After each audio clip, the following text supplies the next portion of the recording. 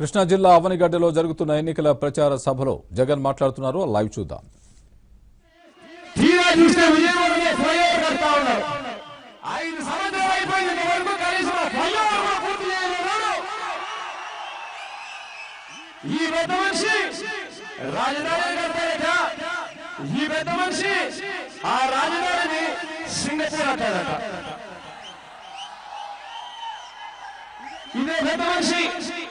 రాజధాని కోసం పర్మనెంట్ అంటూ ఇంతవరకు 5 సంవత్సరాలలో ఒకటంటే ఒక ఇటుకి కూడా పర్మనెంట్ ఈ వ్యక్తి రాజధాని కడతాడు. ఈ పెద్ద మనిషి ఇదే పెద్ద మనిషి రాజధాని గురించి ఏమైనా అడిగితే రాజధాని ఎక్కడ ఉండేది అడిగితే ఏం చెప్తారో తెలుసా?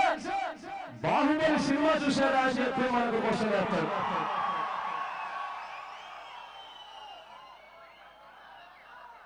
ఇదే చంద్రబాబు నాయుడు గారు విజయవాడలో ఏం చేయగలిగాడో తెలుసా? విజయవాడ లాంటి నగరంలో డివిజన్ 5 చొప్పున మందు షాపులు మాత్రం బాగా పెట్టాడు. బాగా తాగిచ్చి ప్రజలను చెడగొట్టించే కార్యక్రమాలు మాత్రం బాగా గట్టిగా చేశాడు ఈ పెద్ద మనిషి.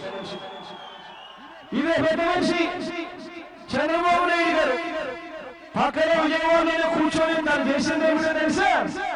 తన ఇంటికి 4-5 కిలోమీటర్ల మీద పొక్కులేలు పెట్టి 100 లారీలతో రోజు కోట్ల రూపాయలు ఇసుక రోజు పంపిణీ చేయించడం మాత్రం గొప్పగా చేశాడు.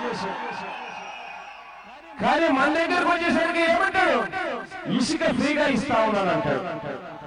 నేను అడుగుతా ఉన్నా మిమ్మల్ని అన్నది కూడా, ఇసుక మీకు ఎక్కడైనా ఫ్రీగా వస్తా ఉందా అడుగుతా ఉన్నా మీకు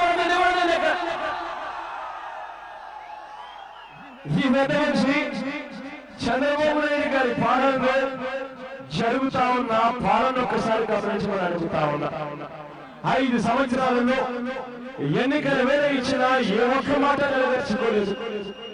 ఎన్నికలు అయిపోయినాయి, ముఖ్యమంత్రిగా ఇచ్చిన హామీలను కూడా ఏ ఒక్కటి కూడా పట్టించుకునే విధంగా ప్రతి జిల్లాకు కూడా ఈ రకంగా చేస్తారు అని చెప్పి హామీలు ఇచ్చి ప్రతి ఒక్కరిని కూడా మోసం చేసిన పరిస్థితి కనిపిస్తుంది.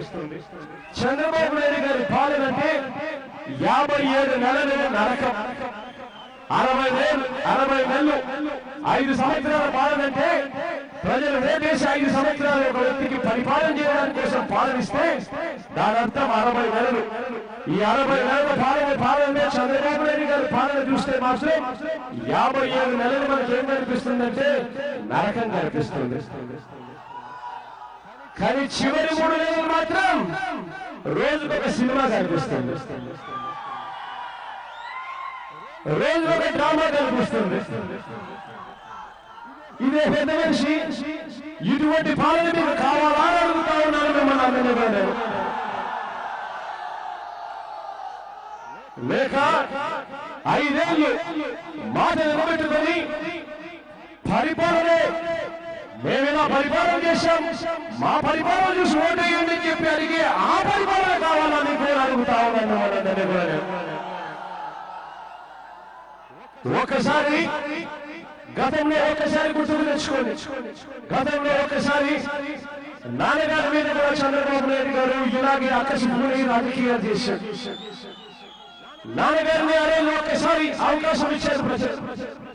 ఒకసారి ముఖ్యమంత్రి కూర్చునే తర్వాత రెండోసారి ప్రజలు మళ్ళీ రెండోసారి ఎన్నికలు వచ్చేసరికి నాన్నగారి పాలన చూసి కొత్తగా ఆయన ఎటువంటి వాగ్దానాలు కూడా చేయకపోయినా కూడా చంద్రబాబు నాయుడు గారు నలుగురితో కలిసి కూటమిగా కూడా ఏకమైన కూటమి వచ్చినా కూడా